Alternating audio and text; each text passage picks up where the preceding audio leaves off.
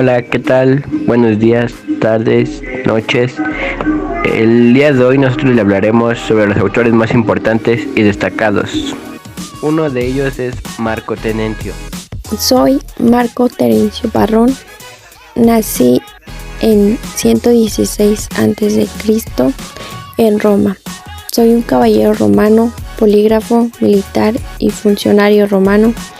Con el paso del tiempo desarrollé aptitudes para la política, lo cual me permitió proyectar autoridad entre las masas populares. El año 77 a.C. comenzó mi carrera política, tomando como referencia el legado de Pompeyo el Grande. También la mitad de mi vida fui militar.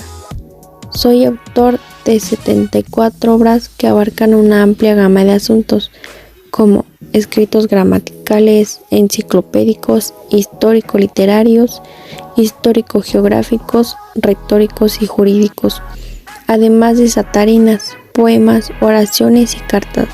La única obra que se conserva completa es sobre la agricultura, un tratado en 3 libros, escrito ya en mi vejez, de los 25 libros originales de sobre la lengua latina, lo cual eso me considera un enciclopedista latino.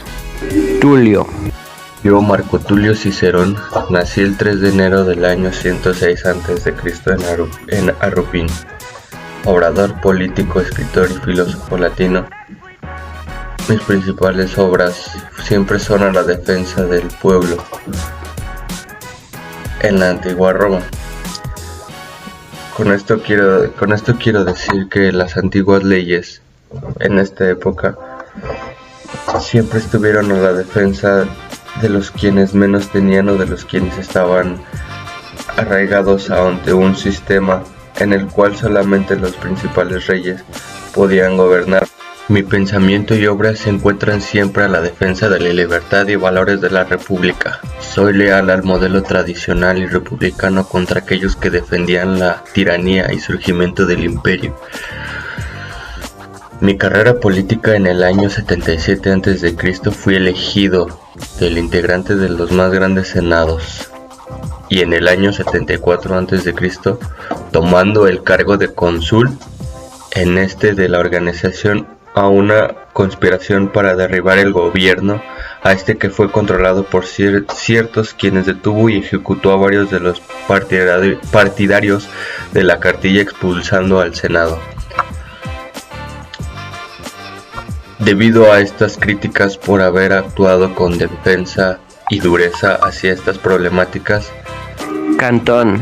Buenos días, yo soy Cantón y en 1762 y 1764 publiqué experimentos refutando la teoría de la Academia de Florencia, en ese tiempo generalmente aceptada, de que el agua era incomprensible, y en 1768 describí la preparación mediante la quema de conchas con sulfuros de un material fosforescente que fue conocido como el fósforo de Cantón. Marco Flavio. Yo soy Marco Fabio Quintiliano. Fui uno de los más conocidos docentes romanos. Me convertí en el primer docente con sueldo a cargo del erario público.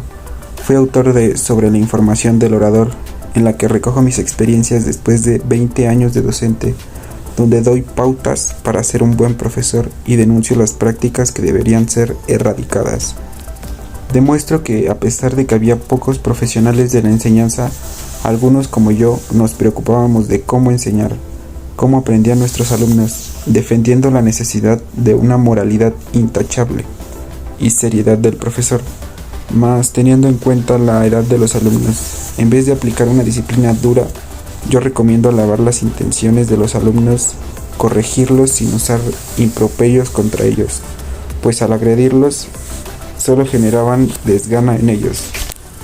Pero por otro lado, tampoco considero adecuarlos con la benevolencia extrema de algunos docentes, pues para mí ello podría generar autocompasión.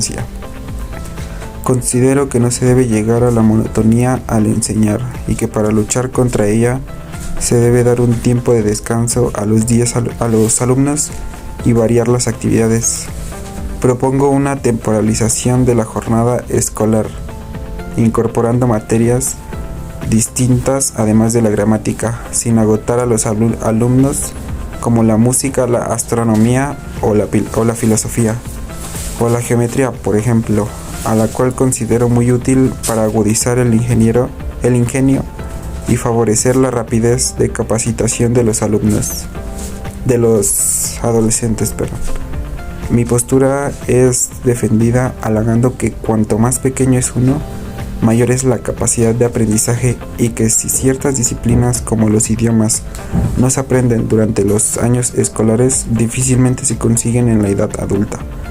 Propongo el empleo de juegos como recursos didácticos, enseñar a través de juegos en los que se debe facilitar al alumno por haber aprendido algo nuevo, y se deba fomentar la competitividad como buen aliado contra la desgana y como premio. Además de usar trabalenguas, ellos pueden conseguir una dicción más suelta y articulada.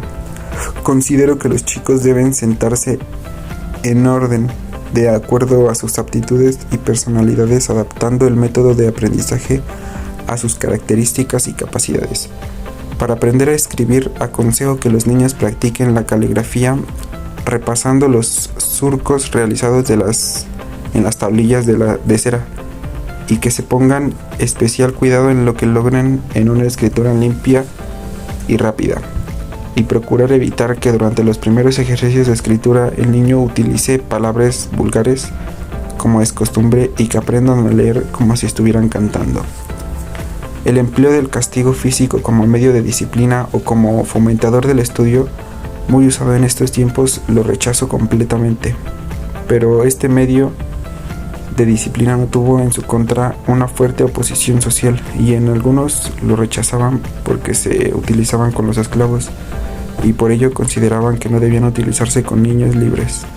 Finalmente, digo que alguien capaz de pegarle a un niño o a un adolescente, ya sea un maestro o pedagogo, no merece otro adjetivo que el de delincuente, y en lugar de recurrir a esa violencia, se debía aconsejar a los niños, hablar con ellos para que aprendieran a obrar correctamente y sin maldad, controlar frecuentemente el trabajo realizado y, sobre todo, antes de los castigos, averiguar por qué no realizaron tal o cual tarea. Busco mejorar un sistema educativo con graves deficiencias. En conclusión, cada uno de ellos y estos personajes es muy reconocido por su gran desempeño y participaciones. Esto sería todo. Muchas gracias por habernos escuchado en este podcast. Nos vemos en el siguiente.